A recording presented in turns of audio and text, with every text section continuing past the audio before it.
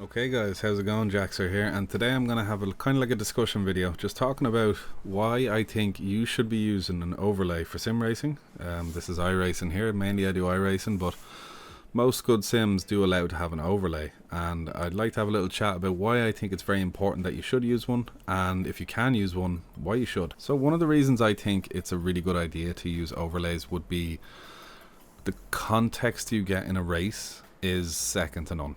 Like for example, here in iRacing, you can have a look, see positions change ahead in the standings at the top left, so we can see gained and lost, just like on television if you're watching live sports. So Race Labs in this case is really cool, but iOverlay is also another free one you can use for iRacing.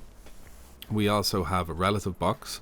You can have a lap time graph, you can have a fuel calculator, you can have a radar, you can have the telemetry. Now I'm spectating this race because I want the data, but I'd like to talk at the same time, so I'm not going to muck up anyone else's race by having a discussion video while doing a race. Pro tip. Next of all, the context. Now there's a lot of context you're given. For example, up top left, now this race has just started, but when they cross the line, we're going to see people's last lap times. This is so useful because you know not just a gap, let's say, how big or small it's getting, like the 0.8, 0.7. You can't keep checking in and writing that down mentally in your head. Every time someone crosses the line, basically, you're going to get to see their last lap time. You can compare that against your own lap time and see, am I going faster or slower? Do I need to improve myself here? Or let's say I know how much I can improve myself. It's not fast enough, so I'm not going to overdrive the car, destroy my tires, or even destroy my race, trying to catch up to someone who on paper is just faster than me. So very, very useful. As we can see, the fastest lap hasn't registered yet because they've only done one lap. And the 5 lap average, here's another useful piece of data that you can use in Race Labs. And obviously you need to do more laps for this, but you can tell on a 5 lap average who's faster, because you can't really hide in the averages. You know, let's say one last lap could be very large because someone had a spin or they done an accident or a crash, so they lost a second or two. So you could be thinking, whoa, I'm 0.8 quicker than this guy, when really they just went wide on the grass, picked it up, and actually ended up faster. So it gives you a good context of the 5 lap average and the 10 lap average if you're doing a really long race, to see where you really stand on pace against someone. Here it shows red for if you're slower, and then below shows green. So we're spectating P6 here, Arthur Stipa, and he's doing a 242.8, so everyone below him he's faster than, so he knows immediately, okay, I'm getting away from everyone behind me, but needs to pick it up a bit because he's 0.8 to the guy ahead of him. So he's kind of going to be in his own little bracket if he keeps that up. So either they're going to crash ahead and come closer to him, or the guys behind are going to get faster. But right now, if he's using this app, he knows that he's faster than those behind and slower than those guys ahead. Now it's only one lap, these averages are going to move, and obviously on the first lap when people are starting, it's not really the most consistent of data, but a very useful thing to have. One of the next things, like in this example, you can see people's I rating and safety rating, so you can tell if someone behind you is safe or not safe. Now that's a stereotype we're going to say, but let's say if you're racing someone who's lower I rating and lower class, think about it. You know, like I was racing in Formula 3 a while ago, and I think I was 2.8k I rating at the time, took a bit of a tumble, but we'll get back. And I was A class, 2.8k. The guy ahead of me I think was 3.6k, but he was C class, which means, and I asked him after the race, what happened there? And he says, I rating grinding, which means he's prepared to throw people off the track to get those positions. And it all says it, you know, if you're racing against someone who's C class but they have a super high I rating, you know, they're not worried about shoving you off the track.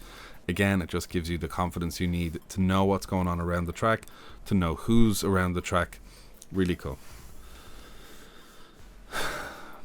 Another really cool thing is you can customize all these boxes. So as you can see in the top left, I have remaining laps. I know how many drivers are in the race, the strength of field, the SOF up there. I know what the skill level is. Down on my relative, I can see my fuel remaining, how many incidents I have, time on track, time in real life, how many laps gone in the race, how many laps remaining in the race, track temperature, and my brake bias.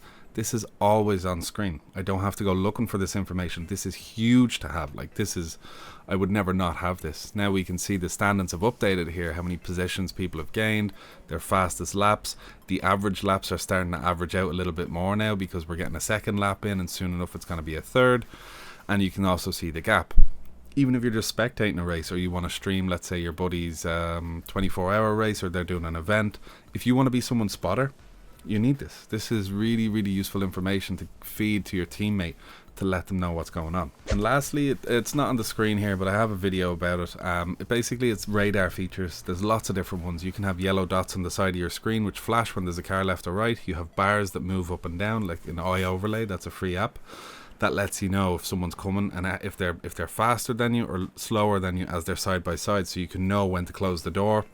Or if you know, let's say you're going side by side down the Kemmel straight on Spa after Eau Rouge, if you know you're gaining on the person down the straight, that's a good indicator to say, you know what, go for it, 100%, I'm having this corner, you're not having this, because I'm ahead of you and I'm faster than you at the moment. That context all comes from having a useful spotter. So very useful bit of kit. But in general, like, this is just a video to myself a while ago, because I thought overlays were too cluttery and too iffy, which they are. They really are. They can be a bit cluttery when you first use them, but when you get used to them and then you don't have it, it's like the race is less fun. I don't know how to explain it. It's like you know less of what's going on. You, like, let's say you're in P12, you can't see up in the standings what P1, 2, 3 and 4 are doing and what times they're doing, and if one of them has an accident, their name flashes yellow. You lose a lot of context. You're really living in a bubble of everything you can see on track physically.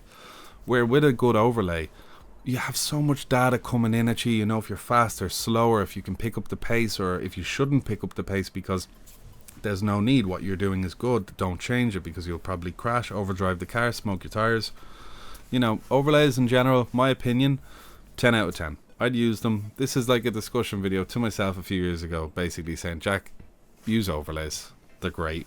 They help your racing. They make everything more fun. They get you more involved. They give you more situational awareness. So bit of a rant video, but I like rants. I don't mind a little discussion video here and there, just saying my piece. Overlays, give them a go.